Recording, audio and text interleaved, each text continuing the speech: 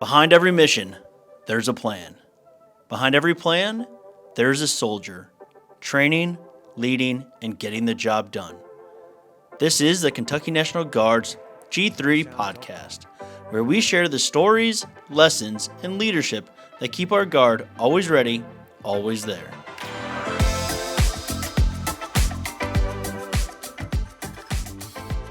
Welcome, hello. We're here with the G3 podcast, Fix Bayonets. I'm your host, Sergeant Benningfield, Sergeant B, for everybody that knows me.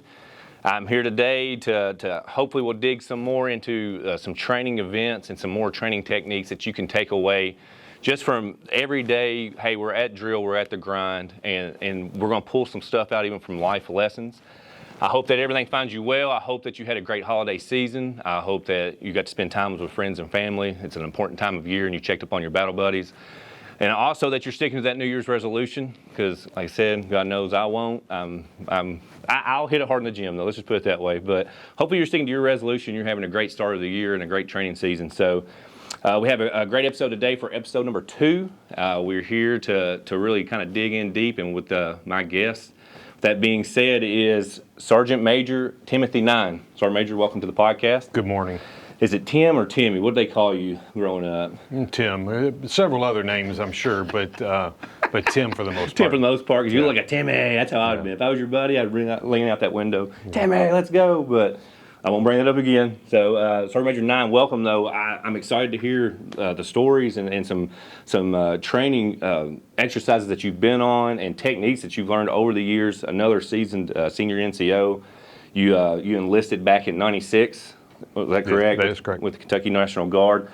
Always been an MP at heart, 31 Bravo. Absolutely. There is no other MOS as far as I'm concerned. Okay. Well, I got 5, so don't judge me. All right. But that's unique to bring in because you've been AGR full-time since 2004. Was that correct? Right. 2004? November 2004. And what I've seen over the years, myself as being a full-timer, is it's kind of unique to just have that one MOS. It seemed like everybody I had met, you always had to go a little bit of a different direction to kind of start your career, whether it been a supply, MOS or an admin of 42 Alpha. But you just having one MOS the whole time, it's kind of, to me, it's very unique. You're only the second person I've met that it's just had that one MOS. And that's great. I know you're very passionate about the MP world and very passionate. Live about it. Live it. And that's good. That's awesome. So. 31 Bravo, it was 6 deployments. Yes. 6 deployments. So from what I'm tracking, the first one was Bosnia. Correct. In 2001, and then you went 3 times to Iraq. Correct. So that's a place well known for you. And then 2 more were at Southwest border. Correct. Is that correct? Okay, yep. So knowing a lot of different expectations of operations and stuff, and all of that, I'm sure it was different each time that you went, and in different positions. So then you come back, and at a certain point you become an AGR full time, and then sitting in that role, we all know there's many roles to fill in. But you've done the training NCO, the readiness NCO, operations. You were at the G3 at one point. Correct. And so you're a G3 personnel, and then you've done stuff with the SPP, and then 2021 Sergeant Major Battalion Ops, and then 2024 moved over to Brigade Operations. Correct. So by far, climbed the ladder, and here you are, and of all things, you're the recipient of the Distinguished Service Cross. Very high honor, and I know it's for the Raven 4-2 incident in Iraq, from what I'm tracking. So what an accommodation, and I'm thankful for you to be here today. I really am. Thank you. It's a pleasure to be here. Good. So me and Sergeant Major, we just met yesterday. Correct. For the first time, face to face. So, heard all the stories. It's the Guard. We've probably been together at one point sometime in a YTB or some kind of brief and everything. So, but to get to sit down with you, I think it's going to be very exciting. And I hope you can take something from me, as I'm going to take a lot from you as we talk through this. So, So let's do this, Sergeant Major. Let's kind of jump into this. I'm just going to start you off with a question, if you don't care. How do you think we should be training? I actually have 6 lines of effort. Okay. That I believe are that everyone should have. Your personal lines of effort, and my 3rd line of effort is we train soldiers to thrive in austere, dynamic, ambiguous, and chaotic conditions with minimal sustainment. That we have to consistently put people in environments that make them uncomfortable in order for them to grow, inoculate them into all the bad things in the world, so that when the bad things really happen, that they're able to thrive, not survive. They're able to thrive in anything that could come at them. Yeah, that's a good point, actually, with not just survive, right, or just get through it. Yours is, we're going to win this, right? We're not even just win. We're going to thrive. Yeah. Like everything about it is going to be so easy, and it's not going to be easy, but they're going to be inoculated to the environments that they're in through that training. And your training has to be austere, dynamic, ambiguous, and chaotic. If we put soldiers in that, and it's difficult in Compo 2, with 39 days a year to train. So commanders and leaders have to consistently be looking for work and looking for opportunities to put soldiers in those environments so that when they mobilize, deploy, and close with and destroy the enemies of the United States in close combat, that it's just like they were at home. Major, you got me pumped already. So I like the fact that you were talking about they basically got to get creative. You can't just do the same training. It can't be, I know we're shooting our weapon. I know we might be doing land nav, we might be doing the PMCSs, but there's a reason behind them. But also get a little creative of how do you change that a little bit to make it a little more austere or make it a little bit more, put you in a vulnerable situation and not just, you just go through the remedies of this is how you load a weapon. What happens when bullets are flying over your head? Or, there's you got a guy that's down and you got to do, some kind of type of teachable C with them. And I like that aspect of it. And did you, I guess starting out, because the story we'll tell later on will be over 20 years old, but obviously there's still something that still carries on in all those missions that relates back to one thing, and that's training, like train. And how's the training kind of changed in the last, 20 plus years for you that you've seen, or to stay the same, that you see stay in the course? Have you seen the difference in both, or? The training is, the only thing that's changed with our training is the environment we're in and the technology that is developed. When it comes down to it, that the basic skills of being a soldier are the exact same as they were 150 years ago. The only thing that's changed is the weapon systems we carry and how we carry them. We have to be great at the basics. We master our MOSs, we master the combined arms process, and we master joint fires. If you can do that, you can call for fire, you can shoot your weapon, you can communicate, and that's my second line of effort, and it's a given. We train soldiers that can shoot, move, communicate, decontaminate, medicate, and sustain. That those are what the basic concepts of being a soldier are, and we have to consistently do it. We have to do it so much and so well that we have to find the unconventional solutions to our conventional problems, no matter what those problems are. We can't always go back to, well, this is how we used to do it, or this is how we did do it. No, we're going to do those things because it's the basics of how we fight. We do our PCCs, we do our PCIs, we check on each other, we learn to build relationships in order to be successful on the battlefield. But in the end, being a soldier is just being a soldier. In 100 years, it'll be the same thing. It will just be in a different environment with different equipment. Yeah. Now, that line, I want you to talk to me like I'm stupid here. I love it, though. Unconventional solutions to conventional problems. Can you give me like an example of that so people out there know? Here's a really, and I won't mention the book. No, you're good. But you're good. In about 20 years, I read a book. Actually, it was in 2005. And it talked about George Washington and the problems he had in 1775, if I remember the year right, that it's talking about in the book. But he talks about retaining soldiers, feeding soldiers, and paying soldiers, that he had a dilemma at the time. And it dawned on me right then. I'm like, he was dealing with the exact same thing that we deal with today. His environment hadn't changed, or it hasn't changed. Our environment has changed. Right. But it's the same dilemmas, and we just have to look at it differently. It's always going to be our conventional problems. Yeah. But if we always go back to the same solution as we did 250 years ago now, we're not going to be able to fix that. Right. Because it's our area of operation, our operational environment is different. But the problems are still the same. Yeah. And we have to come up with those new solutions. The money is just not going to just keep coming. The sustainment is not going to keep coming. And that's why my third line is thrive in austere, dynamic, ambiguous conditions with minimal sustainment. We're not always going just to to have everything we need in order to be successful. And when you figure out that the equipment that you get might not be what you want, I won't say it's not the best. It just may not be what you want. You have to deal with that as an NCO. Yeah. Figure out, this is what the Army gave me. These are the parameters left and right that I can go, and then make the equipment work. That's I feel like you're preaching to me now, because that's a good point. I mean, because it happens a lot, right? We get, I mean, it can be a Humvee, anything, a simple radio. But I feel like maybe we've kind of tailored into that point of, oh, we need the newer thing. This new thing has come out, or why ain't we getting these? And that is a very good point of having a different mindset about it. Of, hey, I got to make this work, and how can I make this work, and how can I be efficient with it? And we've won the war, so it's like obviously something's worked, and we've gotten creative enough to make that stuff work. So it's not always going to be easy.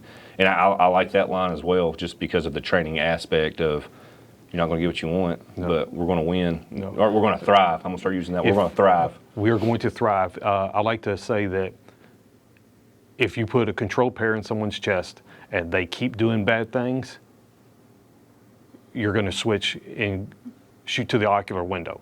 Like, just because it doesn't work like it should work doesn't mean that we stop doing it. We just adjust and make the equipment do what it needs to do. Yeah, that's a great point. I do like that. I think that's, we could all take something from that. And I think on here, we're trying to really talk to those squad leaders, those team leaders, and with your story that we'll tell about the Raven 4-2 coming up, I think that's the biggest thing, is those squad leaders and team leaders have to push it. They have to push the training. They have to get that intent.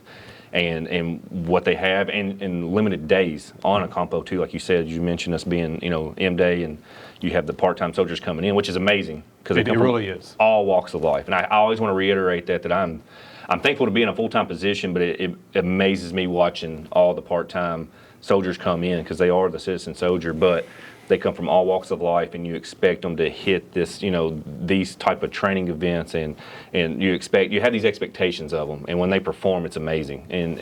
And that's the biggest thing, is having those right team leads and squad leaders come in and watching them kind of kick ass. That to me, I take that to heart. I'm like, we're doing something right.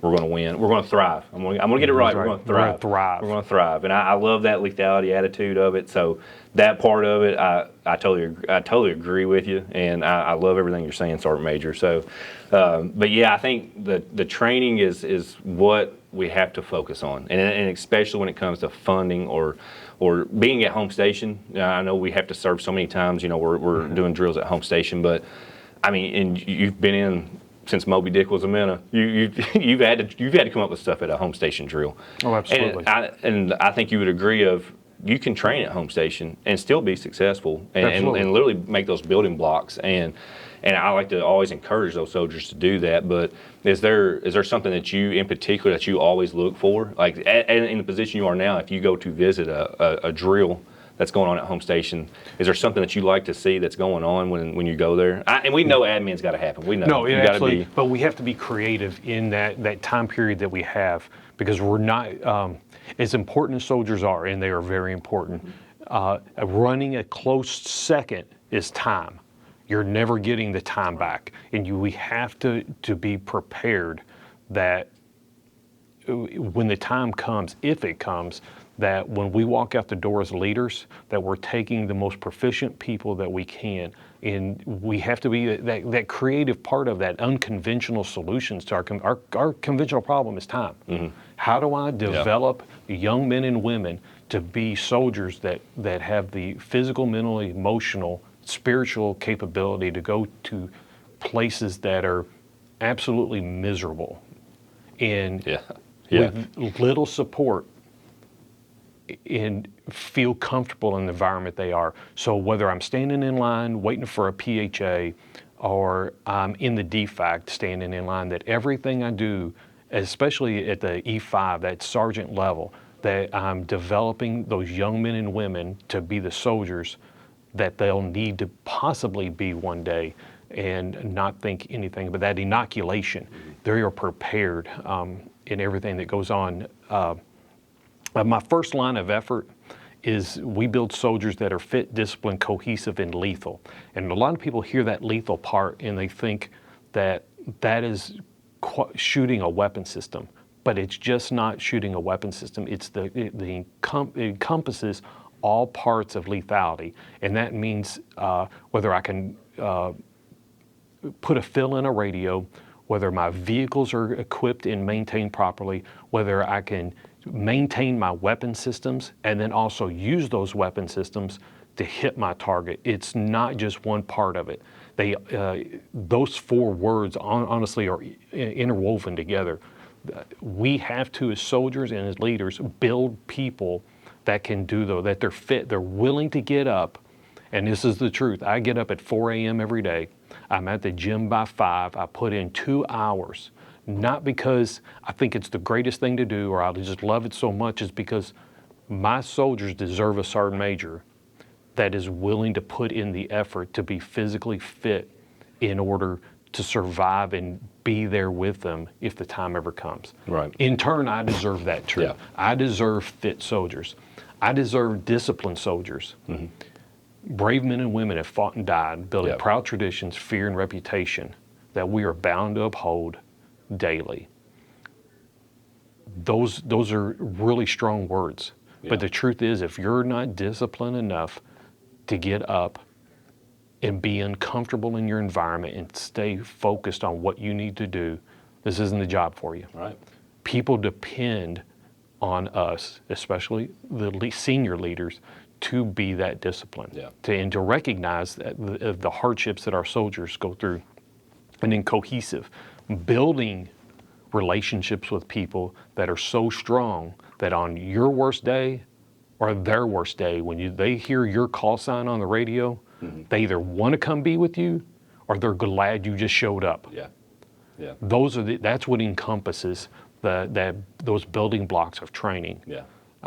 They're not one word's more important than the other, but they are all interwoven in that ability to perform our job. Right. And I mean, that's a good concept of everybody wants to do the sexy stuff, right? They want to shoot that weapon system and make it talk and stuff, but when you boil it down to, like we've talked about before, the comms, it's just as important as that weapon system. Absolutely. You've got to be able to communicate, or if that vehicle's got to run right, and you've got to catch those deficiencies before you ever go out to the gate. And so a lot of that stuff, I definitely 100% agree with you on that you have to be checking all the blocks to make a well-rounded warrior, and it starts from the baseline stuff. So Sergeant Major, I mean, I'm already pumped up, so let's do this. Let's take a quick break. All right. And when we come back, I really want to jump into that Raven 4-2 story, and we'll take off with it, and we'll really kind of dig into the training parts of it that paid off when just hell's breaking loose, but how you thrived at that point. Okay. All right. That's great.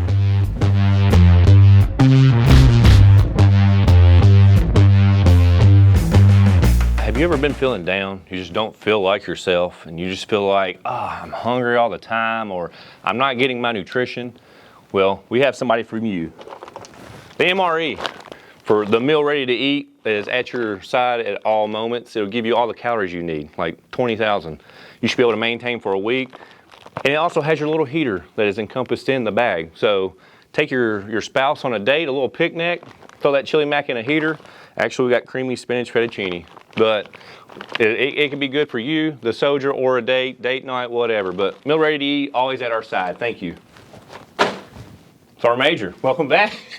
Right. Hey, you're smiling. Yeah. You're smiling. I like it. All right, here we go. So creamy fettuccine, or spinach fettuccine, I don't think would be my best pick for a date. But you're not an Italian guy, or no, is it just? No, great. Well, I take you as a George Strait guy. You listen to country music? Oh, absolutely. Nailed it. Who's your favorite artist? Let's go down this path for just a second. It'd have to be the King. Really? Yeah. I nailed that. Yeah. We didn't even talk. Admit it. Yeah. Let everybody know. I not nailed even talk. Take me to Texas. I like it. Yeah. Amarillo by morning Yeah. and all that. I love it. So, yeah, I was like, I could just see him in that Stetson.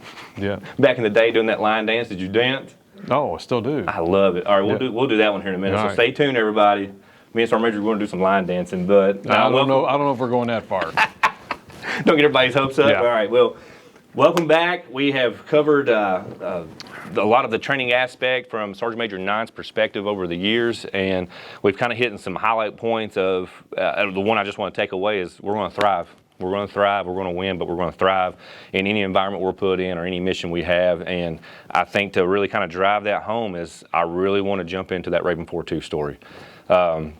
Well-known story that took place in Iraq, and it was an ambush from what I'm tracking. And I'm not going to go too far with it. I'm going to let you kind of talk about it. But before we kind of go, go into it? Can we put this picture up just real quick? So we had brought in the picture that's been depicted of the scene. I'm going to kind of hold it. Hopefully the camera can capture it.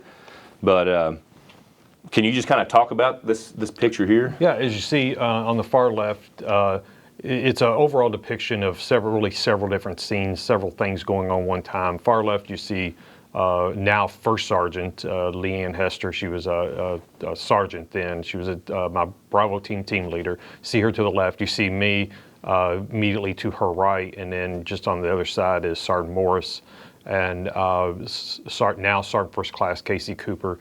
You see up in the turret on his 50 cal. You see farther down, you saw Bill Haynes. He's up in the turret on his 50 cal. And then you see what looks like a couple people fighting in the far distance down like the road a little bit.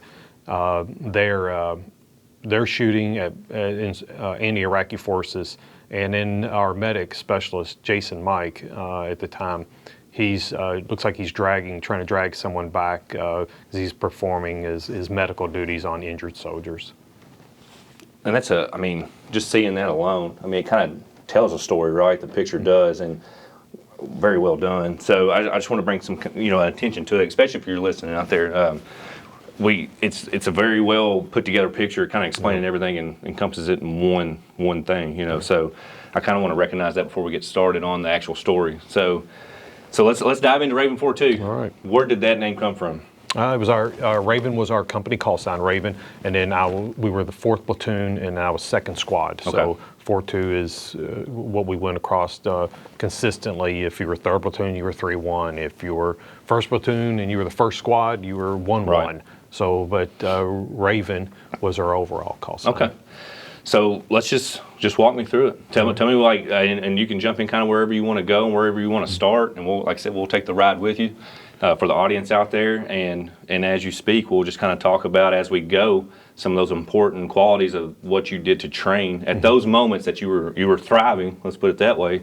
What you did at that moment of, hey, I'm glad we did this in the rear, or we were doing this on the pre-mob area, But let's start wherever you want to start, Sergeant Major. How the day went, or however you want to do it. So. We'll start in September of 2004. Okay. First time I ever met everyone in the squad. Was in Richmond, Kentucky at the Armory. Was in Bowling Green at our detachment in Bowling Green, Kentucky at the Armory.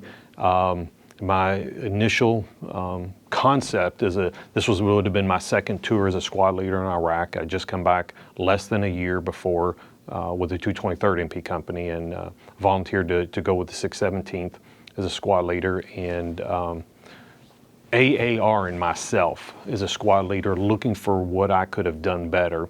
One of it was building cohesiveness. Mm-hmm. So immediately what I wanted to do was build that group of people that fit the organization in order to be successful. Right. So I meet everyone in September. Only a couple, Bill Haynes and Brian Mack were the Alpha Team gunner and driver. They had been lifelong friends. Mm-hmm. Specialist Jesse Ordonez and Sergeant Dustin Morris, they had been friends. They had actually volunteered to come from the 438th to go on the mission with us.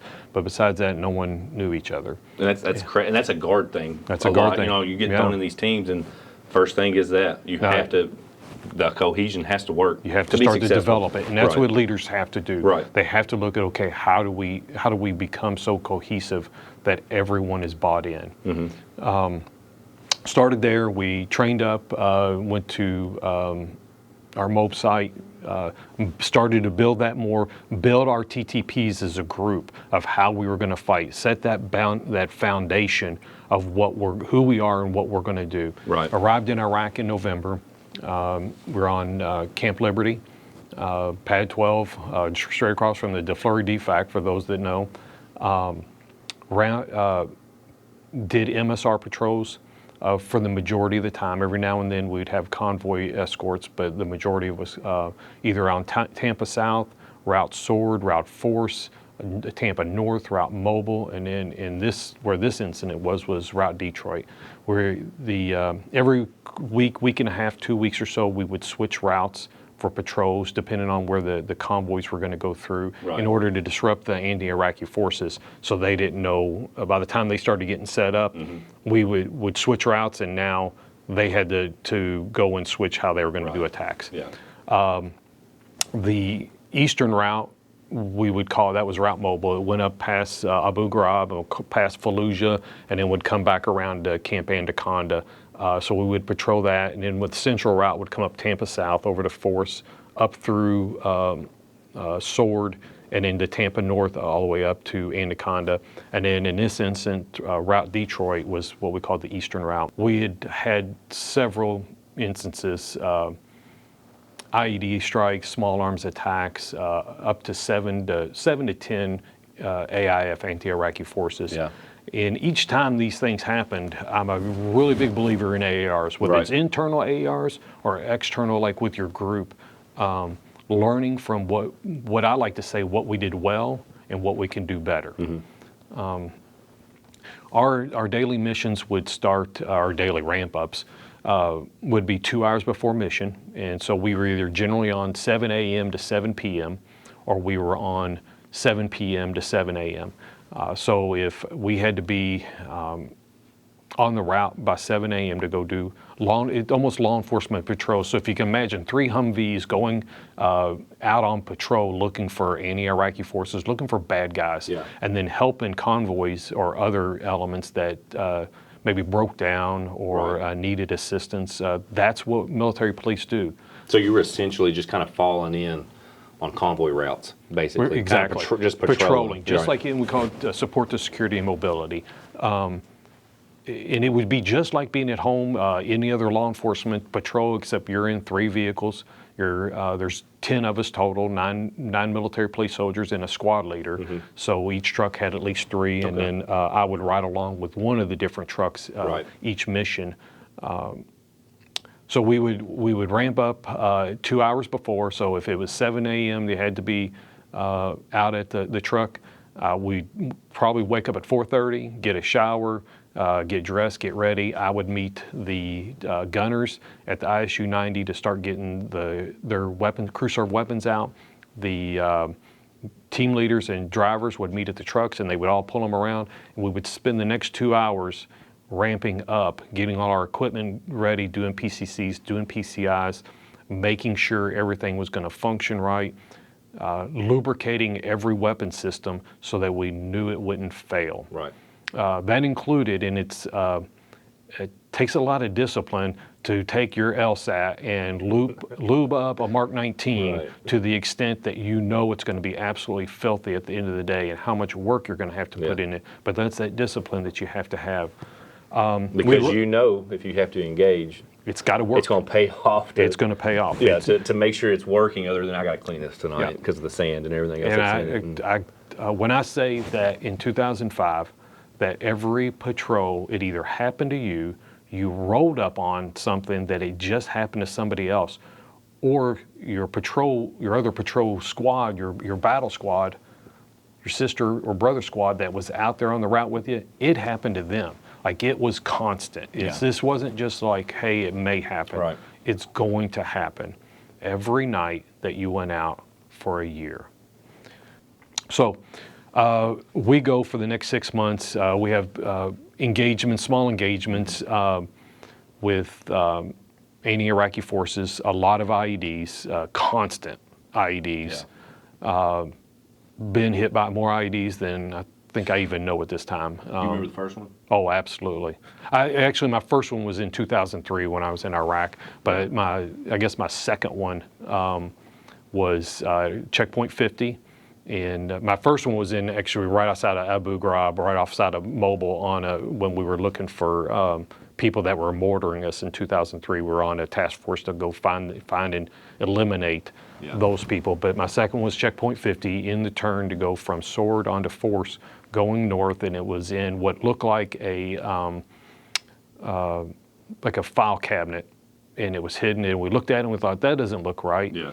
When we went by the first time, and because it fell off on the right side, instead of in the turn, it should have fell off on the left side. Right. So we thought, that don't look right. So we came back up and we sat on it for a second, and we're looking at it, and it's dark, can't already tell. I said, hey, I'm just gonna do a real quick drive-by and see what happens, and see if I can get a better look at it. So I've got my flashlight, I'm gonna shine at it, and as I do drive by, it blows up. And luckily it's only we're driving M1114s, and it's probably only one 155 round, 2 at the most, and they're pretty sustainable. You might get a flat tire.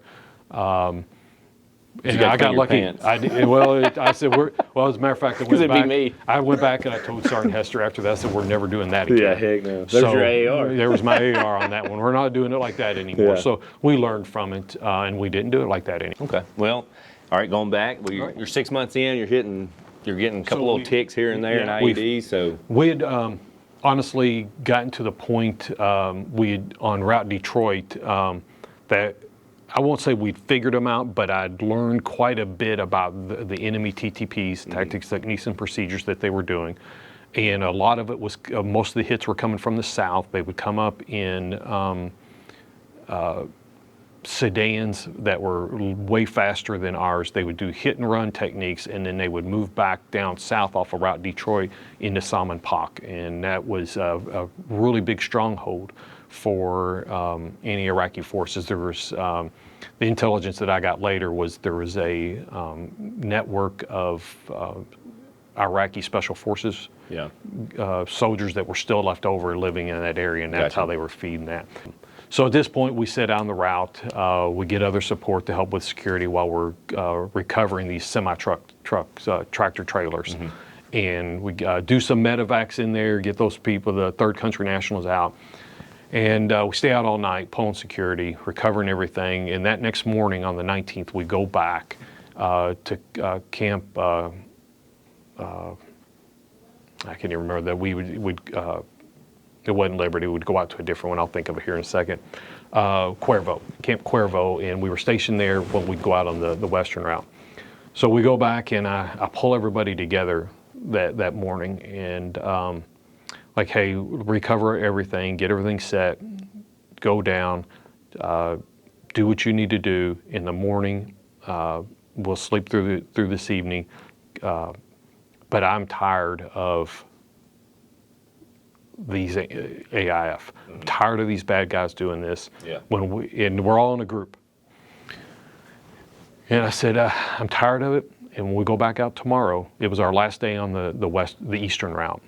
Like, I don't want to quit till if they come back out to fight, I want to be there. I want to be ready. I do not want to get caught behind on these guys again. I want this stopped. And everybody was in agreement. These guys, they're tired, they've been up all night, and now I see the enthusiasm of they're bought in that we're going to go stop these guys. Get up the next morning, 20 March 2005, and do our 2 hours worth of prep, just like any other day. We've got to be out on the route 7. We usually do one pass through or 2, waiting on the convoys to be able to start to come through, and clear it for any IEDs, make sure there's nothing out there, and then we start to track them on our the Blue Force Tracker, FBCB2. We start to see them when they come through.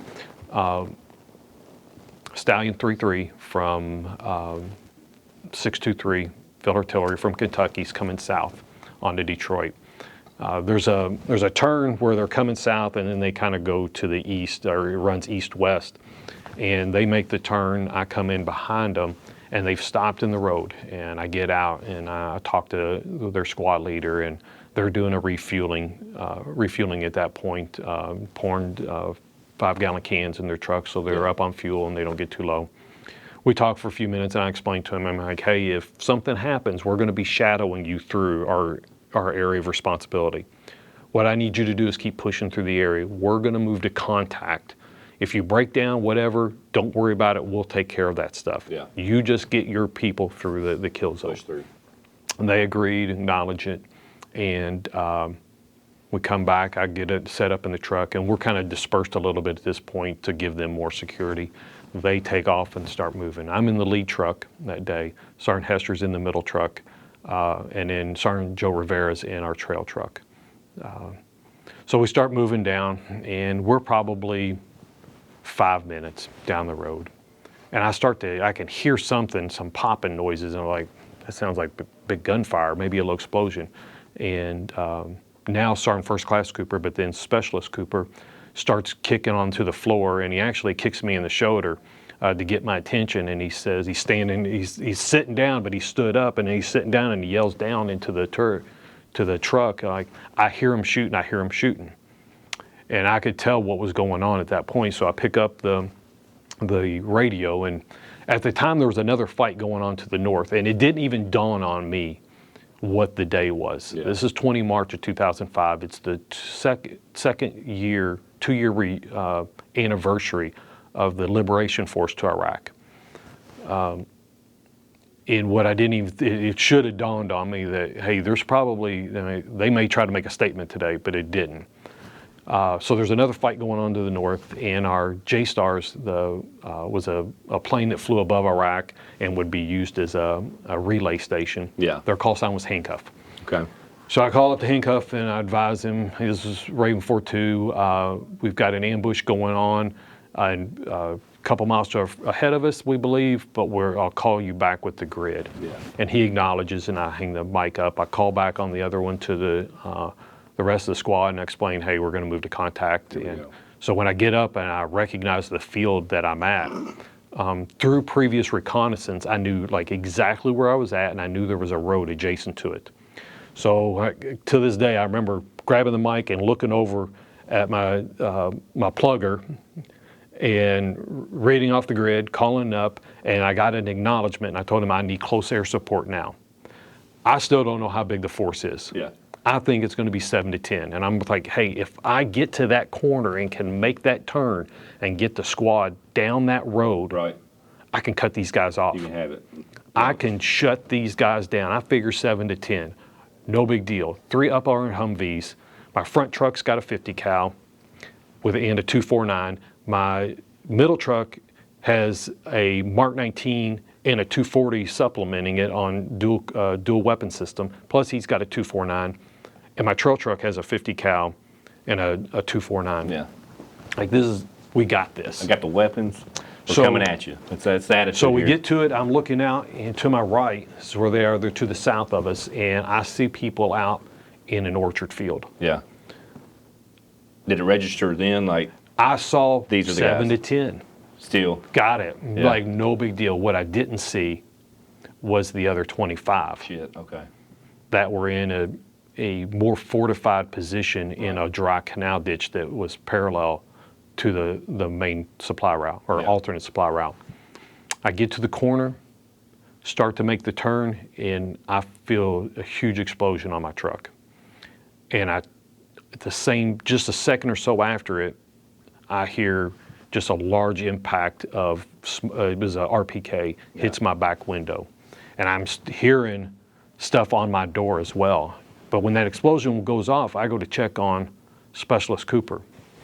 Mind you, he's been up in the turret shooting as soon as we get into that field. Right. He was engaging right. He was engaging as soon as we got to the ability. Yeah. We've gotten on the contact side. Convoy's on our left. We're on the right. We're in between. He's engaging. Well, let's do this before we go too far. Then let's pause there, and then when we come back, I want to jump in. We're killing bad guys at this point, right? Yeah. We're engaging. So I mean, to kind of take back what we've said so far is, you followed your loadouts. You're making sure everybody's, they're ready to engage. The morale's up, but the weapons are getting clean. The trucks are being prepared every night. Y'all been doing this for a while, and all of a sudden, it's the times now. We're fighting, and I think you can take a lot of that back to your training. Mm-hmm. Is sticking to those TTPs and literally going back and doing your discipline of checking everybody, your PCCs and PCIs. So let's do this. Take a quick break, and when we come back, we're going to go into the engagement. All right, that work.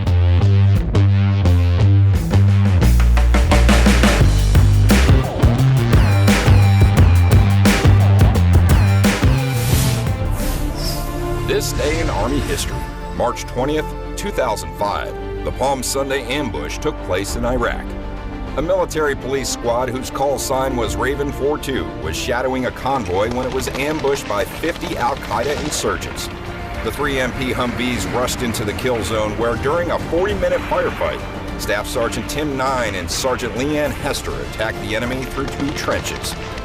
Meanwhile, the team medic, Specialist Jason Mike, was caring for 3 soldiers while firing rifles to keep the enemy from outflanking the team.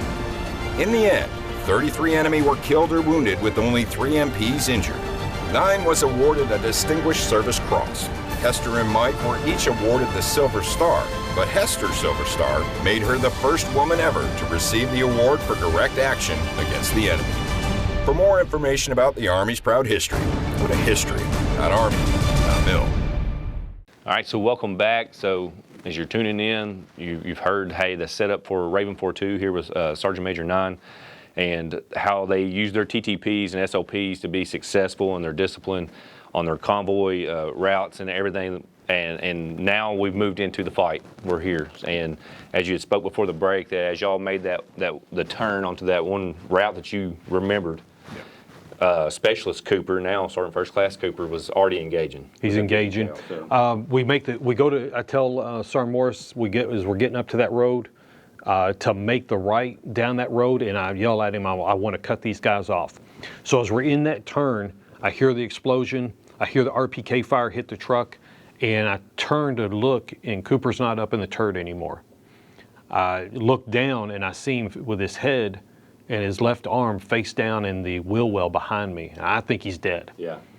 I start to crawl up onto the 50 cal, and he springs back to life and says, I'm okay, and he gets back up on the 50 cal, and I start to hear it go off immediately. Was that from that RPG? That was from the RPG. It knocked him down into the truck, though.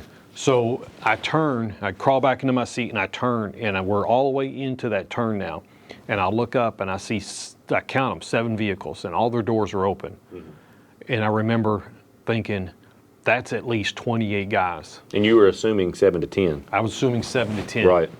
I recognize now that I just committed my force to a force almost 3 times the size. And what I didn't know was it was really almost 5 times the size. Right. I yelled at Morris to yell or drive down the road about 300 yards because my objective was to get down that road, cut them off, but be about 100 yards apart each so that we had good fields of fire, but were dispersed enough that we wouldn't be as easy a target. Right. We get down there as I'm looking out the right window, and I'm looking for targets and who that we need to kill and things like that. Rounds are hitting the truck, and I'm thinking, there's no way even this M1114 vehicle is going to be able to stop this many bullets hitting the truck. And I also see something on the windshield, and I'm thinking it's dirt. And I turn, and it's out of my peripheral vision, and I turn and look, and it's oil. And then I realized how serious this I've really gotten us into. Yeah. That there's at least 10 guys out there. I don't know how many. I've committed my force, and it's probably more like 30.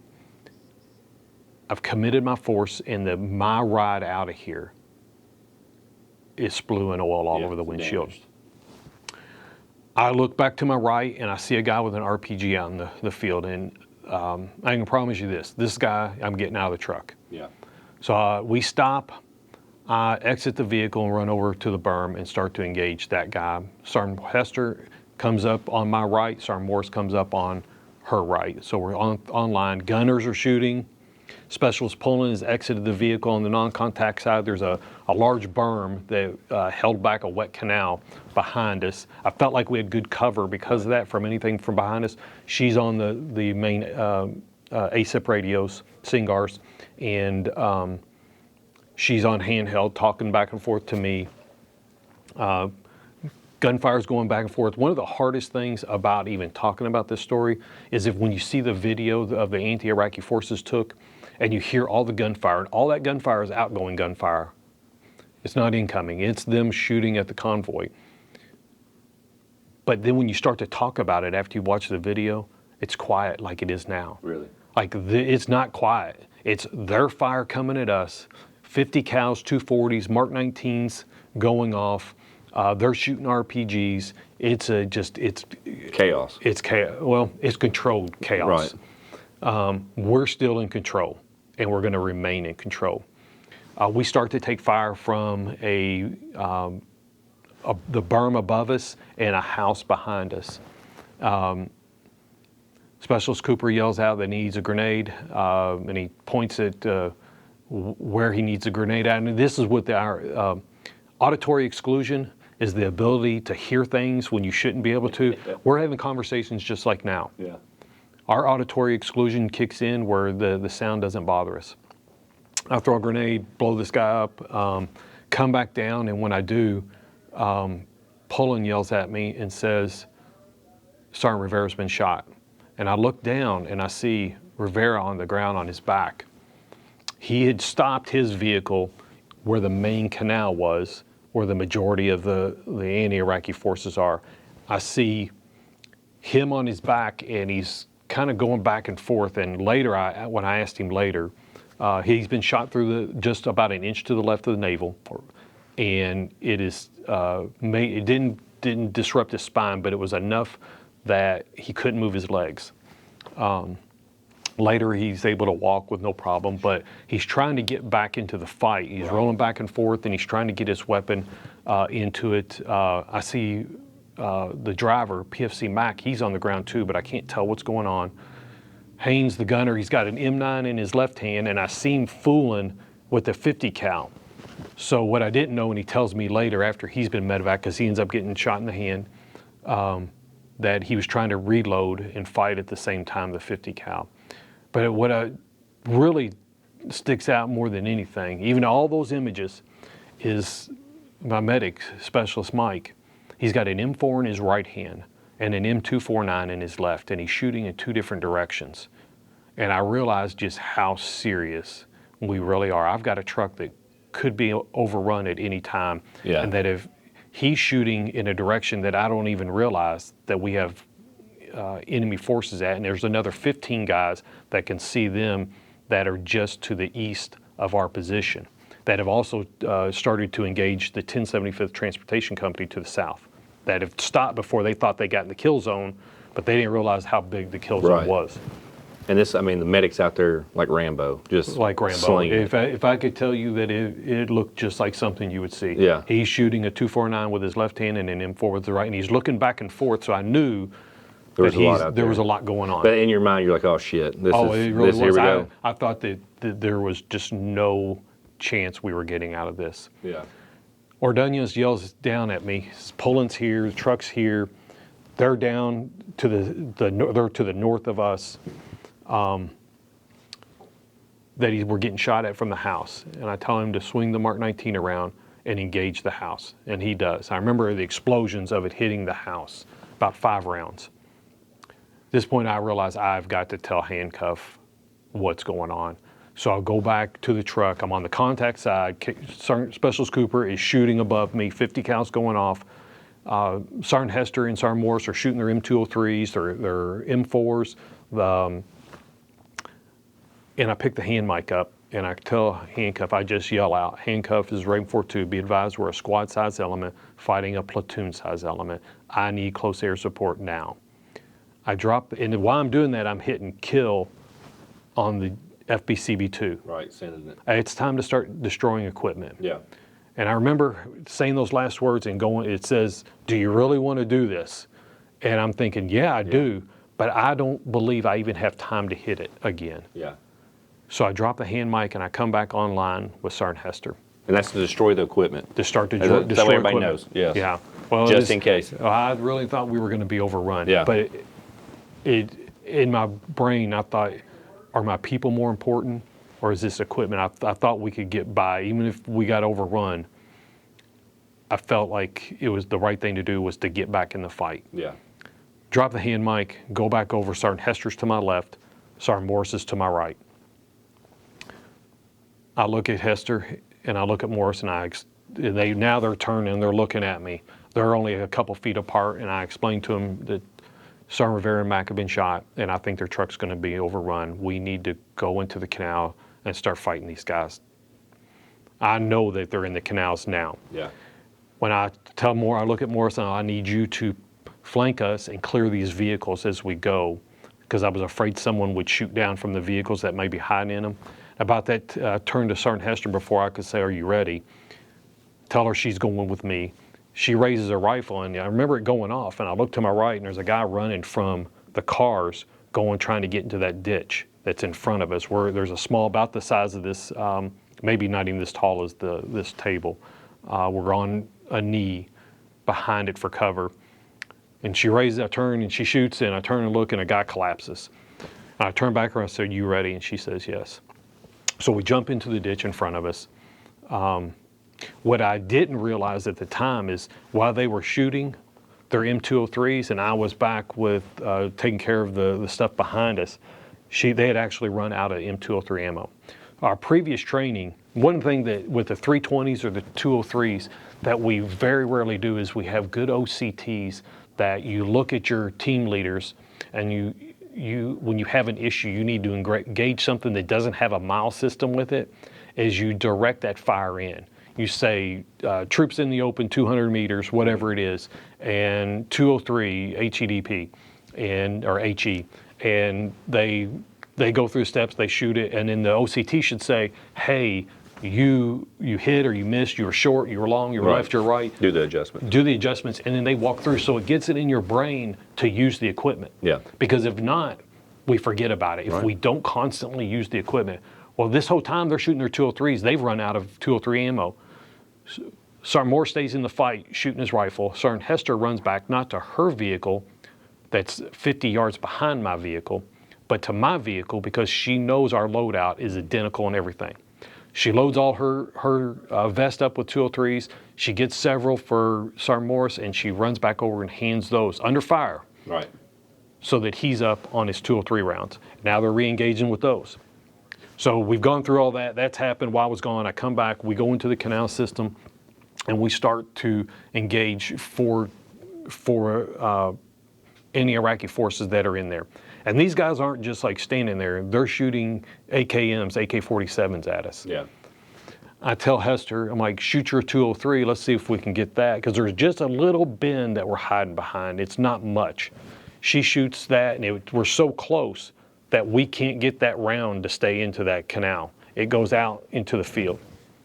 So she stacks up on behind me. All we have is my ballistic vest, and we're now gonna move step by step closer to these guys shooting. And I remember as I'm squared up, moving about 20, 30 yards at the most, these guys are away from us at the time. I remember feeling overpressure from her gun go off, and I could feel the heat. And when I say I can still feel it today, I still feel the overpressure hitting me in the face 20 years later. Yeah. And I remember glancing over to it going, "Man, that barrel's like that, like it's literally right there." And I'm like, "It's working, Tim, just keep fighting." Yeah, keep going. So I'm shooting, she's shooting, and I remember the first guy hitting him like almost right away, square in the chest with 3 rounds. And I can see the impacts, but he's still standing there shooting at me. So I'd started the day with 11 magazines at M4. I've already gone through, I go through 7 total that day, but every chance I had to reload, I did. I never ran dry on a mag, and neither did she. I've got 3 hand grenades, M67s, so I tell her I'm gonna throw a grenade. So she covers me while I throw, she's shooting, I throw a grenade, it blows up, the first guy goes down. We shoot a couple more in inches, and they're still shooting at us, and the rounds are literally kicking up around us, and I have no idea, except for discipline, of why they weren't hitting us. They're just shooting. Yep. I throw another one. I've already thrown one. Then I threw one up on the berm. Now I'm in the canal. I've thrown my second one. Now I throw my third one, and the guy goes down. There's one guy left. She's shooting. She says, I tell her to throw a grenade. She says, you throw the grenade, I'll cover you. She hands me one of her grenades. I throw the fourth one for the day. It goes off. Last guy goes down. We move through the canal where those guys are. It's almost become quiet. Let me step back though. So while we're doing that, I hear 2 distinct explosions while we're still fighting these 3 to 4 guys in there. And I didn't know what it was. Later find out we were still taking fire from the house, and without any coordination between Specialist Cooper and Specialist Mike, 2 different locations shoot AT4s at that house to stop the guy that was shooting up there. So we get through those guys. Now, mind you, my medic came out with an M9. That's all the weapon system he had on. He shot his M9 till he was black. He picks up an M4, he's shooting it. He's picked up an M249 shooting it. Now he shot an AT4. Proficient. One of the things in training, I always talk about continual training. Right. Just because you're doing a job every day doesn't mean you're doing it. A couple of weeks before, we're doing continual training on our reset day when we do all our maintenance, and then we train on something that afternoon. And Specialist Mike walks by, and he was our platoon medic. It wasn't my medic. He just happened, he liked to ride out with us. And we're training on the AT4, doing going back through the steps of how it all works and on, so everybody knows. And I said, hey man, come over here and train with us. And he's like, I don't need to train on AT4. It's going to be a real bad day if I ever have to use an AT4. 3 weeks later, he's using an AT4. Those words came true. So cross-training and continual training of all weapon systems and all jobs is critical on your worst day. It improved right there. It improved. It was proven that it needs to happen. Yeah. So we get through those guys in the canal, fighting, the gunfire stopped. I look up, I make eye contact with Bill Haynes and the gunner in that trail truck. I give him a ceasefire. I was afraid we would have blue on blue. Yeah. I'm thinking about those things. He acknowledges me. I look at Hester and Morris, knowing that I need medics up there, but I still got a canal to clear. And I tell him, go up there and give Poland, who had actually consolidated that vehicle back, to give them support and go help them. So they go up, start doing CLS stuff. I get to the end of the canal where it's a turn to the left, and squad leader from Stallion 3-3 is there, and I ask him if he can go on down through, and he agrees, and we move on down through the canal. And that point, either everyone is either dead from the bad guys are dead, or they're severely wounded, and except for the very last person, and he was unscathed. Right. Man. And it's and I know there's more to the story. Yeah. But hearing that, I mean, number one, thanks for sharing that. I know it's like stuff like that's not easy, but your tactics, everything sounds like, you know, you thrived. You thrived. And I know there was probably certain times you're like, shit, what are we going to do? But it was like you just kept pushing through. You kept pushing the morale, and it seemed like everybody was in sync with with Leanne going back to your vehicle to get the 203 rounds, not hers, because of the loadout plan. Yeah. And I think that's the thing. If we want to take it, you know, stuff from even a combat story like that, is that training 100% paid off. Yeah. Because you're all here. And sorry, I would like to add, because I think it's a really good. So one of the TTPs we'd come up with when we first got in country, we didn't have all the load-bearing stuff on our ballistic vest, right? And so we get handed out in the bandoliers. I think to this day I carry a bandolier with 6 mags in it. One of the things we did was we hung bandoliers on the back of our seats. Got you. So in the thought process was, if you ran out of ammo and needed it, instead of had them in mags, which we did before, in ammo cans, you could just reach in and grab a bandolier and you were up 6 mags. Or maybe you couldn't get back to the truck, and maybe the gunner could reach down and throw it to you. So Specialist Mike picks up the M4 and he's shooting. He doesn't have M4 mags on him, right? Just M9. That's a good point. He goes black on that one mag that he's got there. He yells up to Bill Haynes, the gunner, I need ammo. Bill reaches down and grabs that bandolier and throws it to him, and he's up 6 mags like right away. Like the planning, how we fight is critical in everything we do. From even just that preparatory, even if it's a dry race board, of like, hey, what's this in? And we did these things. Draw out who's going to do what, no matter. The trail truck's going to do this. Middle truck sets up a base of fire. And then if the front truck is going to flank, or whatever it's going to be, those are the things that people see and do. And that's why when I say those unconventional solutions to our conventional problems, you can stand in PHA line with your squad and talk about how we fight. There's nothing that stops it, because you have to come up, and we have to I won't say most, I will say some squad leaders and team leaders don't realize how empowered they are. That we won, and I've talked to Sergeant Major Withers about the squad leader LDP from last year that I don't think some of them got it. And that we're empowering them to lead. Yeah. That they're the ones that are going to have to come up with it on the battlefield. Right. Nobody's. My second rule of a gunfight is nobody's coming to save you. First rule is everything's your responsibility. Second is nobody's coming to save you. Now the truth is we are, because we're never leaving a fallen comrade. But you got to keep the mentality. But you don't know what the timeline's going to be. You don't know how long you have. You have to roll out, whether it's on the battlefield or you're leaving your house every day. That is your line of departure.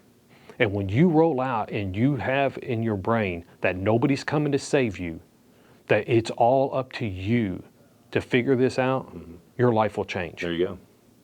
And keeping that mentality. I mean, I think that's a good mindset with everyday life. I mean, I know we're in the uniform and stuff too, but like you said, I mean, even just everyday living, always have a plan and stuff like that, and it always pays off to know that. And once again, I mean, there's so much you could take from this story, and I want to put it out there. I know we didn't cover everything. I know we didn't. It's just the time frames and stuff like that. But I know you're going to cover it again February, I think, at the LDP. So hopefully, even then, I hope you're going to definitely have time for that to dig a little deeper and put out some more of that story, because people want to hear it. People want to hear it. It's the first time I heard it all together from the horse's mouth, and I didn't call you a horse. No, that's a saying, right? Everybody knows it is a saying. A horse is strong. I'll take it as a compliment. Yeah, so but I get to hear it from you, and I just hearing it, I mean, it even motivates me, Sergeant Major, to hear that and know that, you know, you did stuff for a reason, and it paid off. And in real life scenario, it paid off. And thank you for sharing that. But with that, appreciate you being here today and telling that story. I think it's going to be great for people to hear. And once again, I know we'll cover it a little bit more in February, that you'll tell that story. And hopefully we'll get another recording or something. That way we can kind of push it out. And your message being, hey, we're empowering you to take those roles and be a leader and really train to, you know, your survivability and your lethality and to push your soldiers. And I think the message will definitely be received. And I hope this gets out too, that it just doesn't fall on deaf ears. This is what we're here to do. We're here to push the training, get creative, and let's win the wars. Let's win the fight. Let's thrive. Let's thrive. But I got something for you before we go. All right. If you don't care, I got you a little gift from the G3. I'm a very creative person. All right. But I'm shitty at putting stuff together. But I think I did a great job on this one. I got you your own Raven 4.2. That's you up there in the I know you probably wasn't up there the whole time, but I got your rifles on there. I sold them myself. Good craftsmanship, so people can see. Yeah, look, it's got the Raven 4.2 on the door.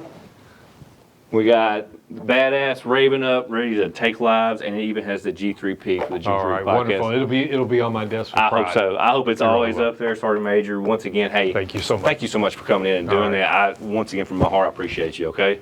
My pleasure. All right, and with that, so. We're wrapping up with Sergeant Major Nein, and once again, we'll probably hear more of his story later on at LDP. But for everybody out there, I hope that you're well. I hope you're taking care of yourself and your battle buddy. And if anything else, enjoy life, be healthy, and stay lethal. We're signing off from the G3 podcast, the G3P, 6 Bayonet. We'll see you next episode.